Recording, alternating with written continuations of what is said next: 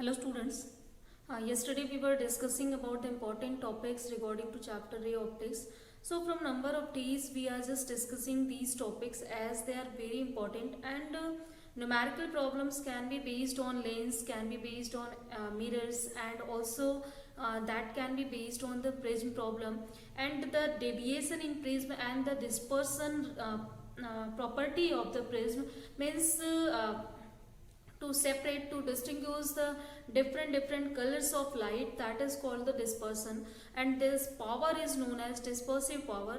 So prism has a special property due to refraction at two refracting surfaces. It can just separate the light, that is if it is made up of a number of wavelength, means if polychromatic light that is incident on such types of surfaces, then it can just separate the all the wavelengths through which that light is made up of.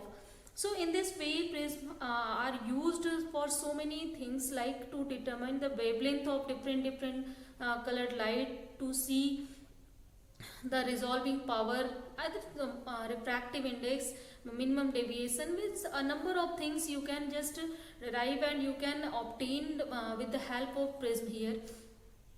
So I think today let's discuss how to find out the relation for this prism angle and angle of deviation, or in other way how to calculate the angle of deviation, means at which angle the rays are the different wavelengths are deviated when they feel refraction while entering in any prism.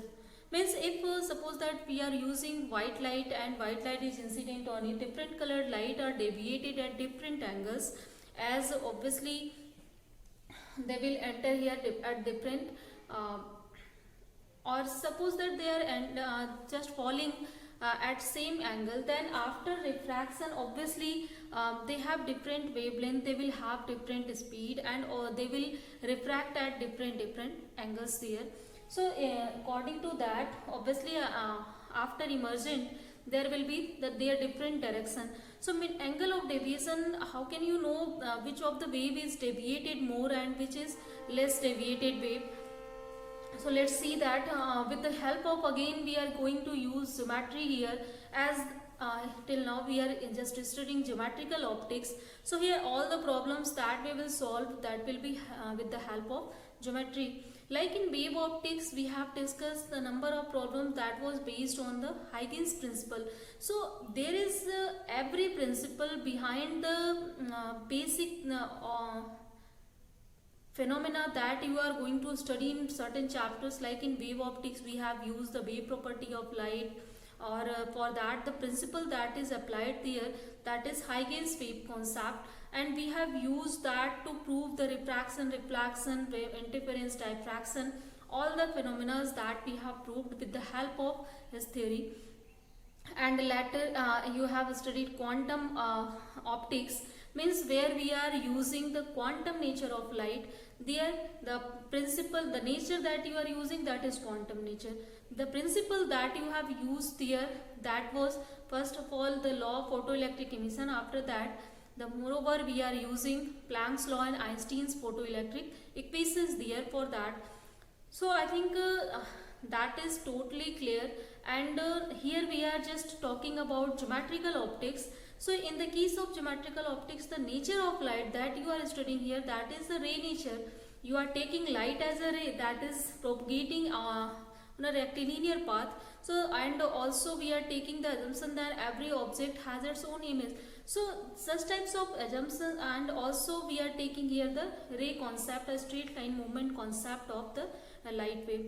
And here, as by name geometrical optics, that we are using here for every calculation, for every derivations we are using geometry of triangles and other geometrical things that we can use here. So let's see that how to derive the relationship between this angle of deviation and this prism here, or simple how to find the angle of deviation here. So for finding the angle of deviation, as we have already discussed this figure yesterday, so I am going to directly solve today or derive the expression for it. So in this equation, a number of angles you are seeing. So this is incident angle I, and when light is just entering here, it is refracted at R1 angle, and after that for second this surface, this is the angle of incidence R2, and this is emergent angle or angle of refraction, that is E. So these are the angles, and now if you will just take it in the straight line and you will just take it, then where they are meeting, this angle is called angle of deviation. Means this ray after emerging from the second surface, it is deviated from its original path by the angle delta. So if you will find angle delta, we can see that which of the wave is deviated more and which is deviated less here. And other things are common, we can use it, you know already, this is angle of prism here. So here basically we will use these some of the actually triangles here, and for this triangle, this is triangle TQR. This triangle TQR, as you are seeing in this triangle, you are seeing here this angle delta. This is exterior angle for this triangle, and a property of geometry is that this exterior angle of the triangle, that is equal to the sum of these two interior angles. So if you have to calculate this exterior angle, its value will be angle TQR plus angle this TRQ. And now you can calculate easily what will be the value of TQR and TRQ. So as this angle is I, and by geometry you know that this angle will be also, this whole angle will be I, and this is our R1, so this will be I minus R1. So angle TQR, this will be equal to I minus R1. Similarly, angle TRQ, you can find out again, if this angle is E, this will be also E, so this will be equal to E minus R2.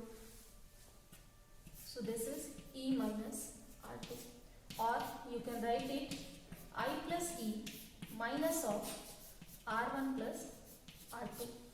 So first of all, we have just calculated this angle of deviation that we have to calculate. Now just put the values here in the known terms that we know that. So for that terms, now if you will see here this triangle, then from this triangle obviously this angle QOR, this will be equal to 180 minus R1 plus R2. It's very obvious. And also if we will see this quadrilateral, that is AQOR. In this quadrilateral, as we are seeing, this is the angle, this is as it is normal on this surface, then this will be 90 degree, and this will be also 90 degree. This will be 90 degree and this will be 90. So whole as a whole they will be 180 degree. It means that the sum of these two angles are also 180 degree. So now let's see it. In guys, first of all, let's see only quadrilateral here. So in this quadrilateral, I think now that is clear. These are normals, these are 90 degrees, and here the sum of these two angles means angle A and also this angle QOR. This will be equal to 180 degree. Clear? Because they are already 180 degree, obviously the whole things will be 180 degree, as a whole they are of 360 degree. Then now if you you can also put the value of QOR from this triangle as this triangle. So from this triangle obviously you know that the sum of all three angles, that will be equal to 180 degree. So then you have to calculate QOR. Then obviously this angle QOR will be 180 minus R1 plus R2. So we can write here A plus 180 minus R1 plus R2, and this will be equal to 180 degree. So 180 that will be cancelled out from here, and finally we can write it A, that will be equal to, you can take this side, this will be R1 plus R2. So now in this equation In place of R1 plus R2, we can put here angle A now. So let's put it. Students, here all time we are using geometry, so you should have the knowledge of geometry. At least if you don't have, then the things that we have practiced here, just read that things like the property of equilateral triangle, property of quadrilateral, properties of similar triangles, or property of exterior angle, interior angles, that you should be clear about the where angles can be same, where sides can be same, that are primary actually geometrical things. So you should have that knowledge also. So try to learn that first of all from your geometry books, and or if you don't know but still you are just studying these concepts one by one as we have discussed, then try to remind them and try to summarize all that rules. After that you will be clear about this. So let's see now this delta, that is equal to I plus E minus of A here. Now you have to find this value of I plus E here. So to find out this value of I plus E, we can use now Snell's law. So as if mu is the refractive index of the material of prism, then we can use Snell's law at first angles up at first phase, that is sin I upon sin R1, that will be equal to mu here. So you can write mu is equal to sin I upon sin R1. And also, if suppose that this angle is very small, then in that case you can neglect these signs. Then you can write out only I by R here, or sorry, R1 should be here, and here the value of I, that will be equal to mu R1. So here mu R1 you can use, and now you have to calculate the value of E. Again put the Snell's law at this phase, and at this surface this is incident angle, this is emergent angle. So now you can use, again we have to use only this value, so just erase it. So here mu is equal to, again as this is the refractive index of material of prism, you can use it, and this will be sin R2 upon sin of E. So as obviously this is incident angle sin I upon sin R, this is angle of refraction. And again if sin is very, means angles are very small, then you can neglect sin from here, and now you can find out what is the value of E. So this, the value of E will be here with this equation, that is equal to exactly 1 second students. So here actually here denser to rarer to denser medium light was entering, and here from denser to rarer it is leaving. So here actually 1 by mu should be here, not mu. So now in this case, if you will just calculate the value of E, that will be equal to mu R2. Now we have calculated the value of I and E. Now let's put this value here in this equation. And if you will put it, then we will get here mu R1 plus mu R2, and take mu as a common, then this will be R1 plus R2 minus of E. And already we have calculated the value of R1 plus R2, that was equal to A. So you can put it here. So this will be equal to mu A minus of A, or if you will take A as a common, this will be equal to mu A. So this is the angle of deviation for any light ray that is incident on any of the prism, and at which angle it is deviated after leaving the prism, that you can calculate by this equation. If you know the refractive index of the material of prism through which it is made up of, and also what is the angle of the prism here, if you know these things, then with the help of prism property, you can understand the properties of light here. So this refraction phenomena through the prism, that helps us a lot to know about the light rays that is entering in it. So if this thing is clear, now let's see one case, what is minimum deviation here. So after plotting a graph, we can see what is minimum deviation, and that formula is known as prism formula. So let's see the prism formula. I think refraction through the prism, that is now clear. How can you understand the refraction phenomena that is possessed in any prism, and how can you derive this thing? So from this we have easily derived and we have used some of the concepts of the geometry only. As already I think we have discussed, and that is now clear. And let's see what is prism formula. So before discussing the prism formula, as we have just derived the angle of deviation, that is equal to mu minus 1 into A. So if here angle of incidence that will increase, then with increase in angle of incidence, we can see that the angle of deviation that can be, first of all, that will be decreased, and after reaching to a certain value it starts to increase there. So with the figure that we have drawn before, you can understand that concept. So if angle of incidence that will increase gradually, then you can see that the angle of deviations that is started to decrease there. So you can plot a graph for that, and this graph is obtained like this. We have already actually learned these things. So how to get this graph, I am not going to discuss that concept here. Only you know already, that's why I am taking this concept here.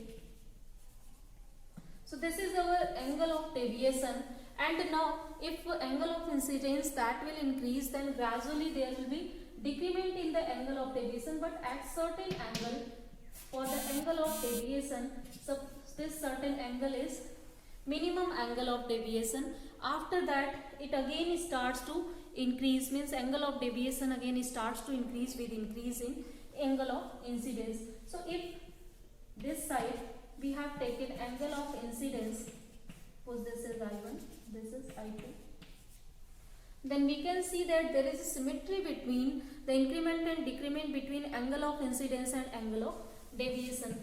So either this side angle of deviation, side angle of incidence we have taken. So this is the graph for angle of deviation and angle of incidence.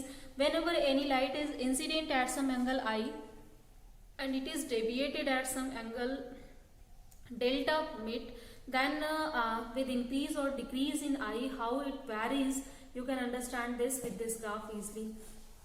So as here we are seeing in this graph, there is a certain minimum angle of deviation for which this deviation is obviously that is minimum, and this minimum condition is possible only when angle of incidence is equal to angle of emergent, means E is equal to I. As if E will be equal to I, then deviation angle that is formed, that already we have seen, like if this is normal, this is the incident ray that is entering on any prism, and you know already this figure directly I am taking this. So this is normal and this is just emergent ray, and if we will just increase them, then this is known as angle of deviation. So in this way you can easily see this is angle of emergent here. So this angle of deviation, it will decrease whenever the value of I that will be equal to value of E. So obviously if value of I that will be equal to value of E, it means that here the deviation you can see that is going on minimum continuously. So for this value of I, only for this value of I, when angle of incidence is equal to angle of emergent, then that time the deviation will be minimum. So here I think again theoretical things not going to discuss, only here derivative things I am just going to discuss here. Already in class we have discussed a lot of things about these things. So if you will take this concept, this means that if I is equal to E, then the delta that will be equal to its minimum value sorry guys, its minimum value that is denoted by delta m. Now use this condition in the equations that we have just obtained, and that equation was first of all we know already and we have just derived A is equal to R1 plus R2. So as when angle of incidence that is equal to angle of emergent, then the R1 R2 that were formed, that is also equal, as both angles, exterior angles are equal, then interiors will be also equal. So if R1 and R2 are equal, suppose equal to R they are, so this will be equal to 2R. So if we will calculate what is the value of R, that will be comes out to be A by 2 from here. And again we have one value for I plus E that was equal to A plus delta. In students, you have understood today the concept of the prism, means refraction of light through the prism. This formula, this derivation is also related to that concept. So first of all you have to understand that. After that try to derive it with the help of that figure. So just put the figure before you while we are deriving it, because here I don't have enough space here, so again I am not going to draw that figure. Only I am using directly the result of that figure that we have used before, we have derived before. So try to put that all things before you. You can understand easily these things. So I plus E is equal to, we have A plus delta here, and also as I and E both are same, so in the place of E we can use the value I. So suppose I am using this value I, then this will be equal to 2I here, and also in place of delta, obviously when this condition will be applied, the delta will be equal to delta m. So the value of I we can calculate here, that will be equal to delta m by 2 here. Now we have two values. This is angle of refraction, this is angle of incidence. Now you can use the Snell's law at the refracting surface, first refracting surface. Then by the Snell's law we can write here mu is equal to sin I upon sin R.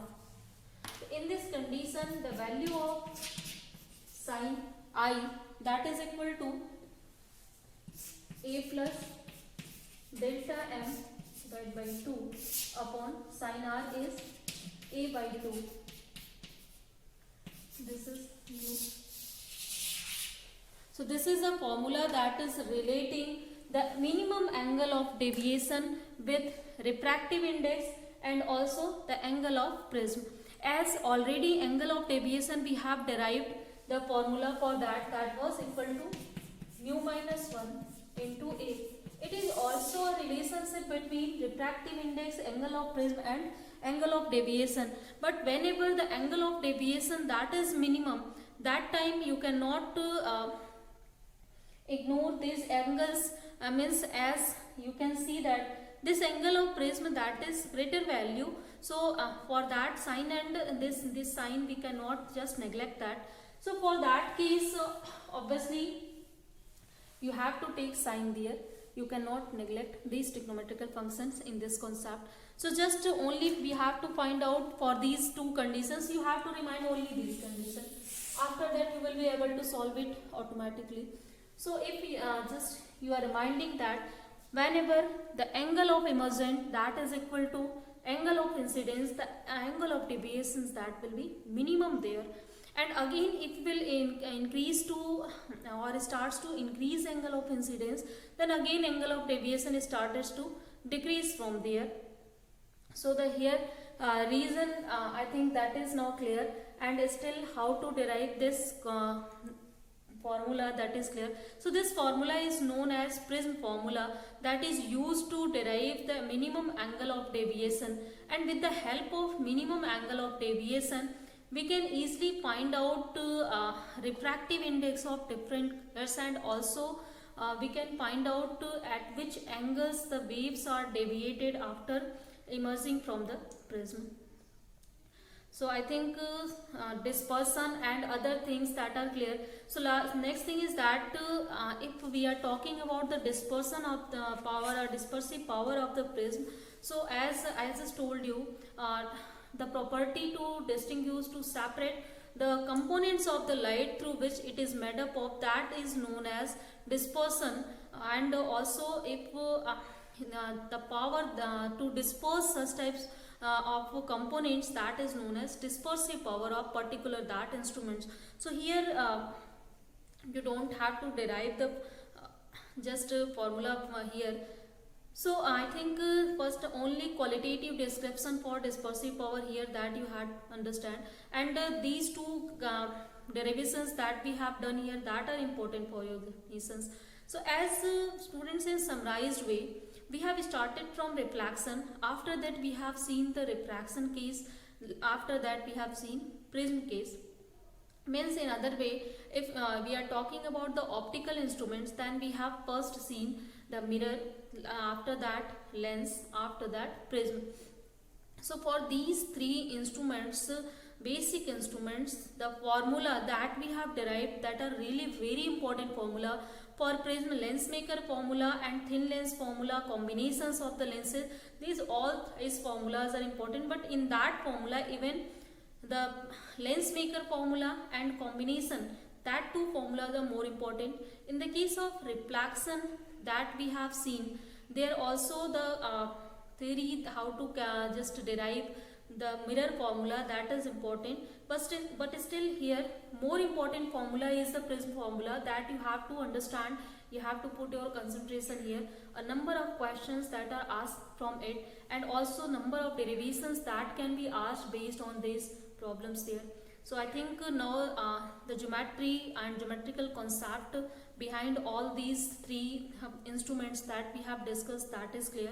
So let's see some of the instruments that we have to discuss here, and that are the instrument, that is microscope and telescope.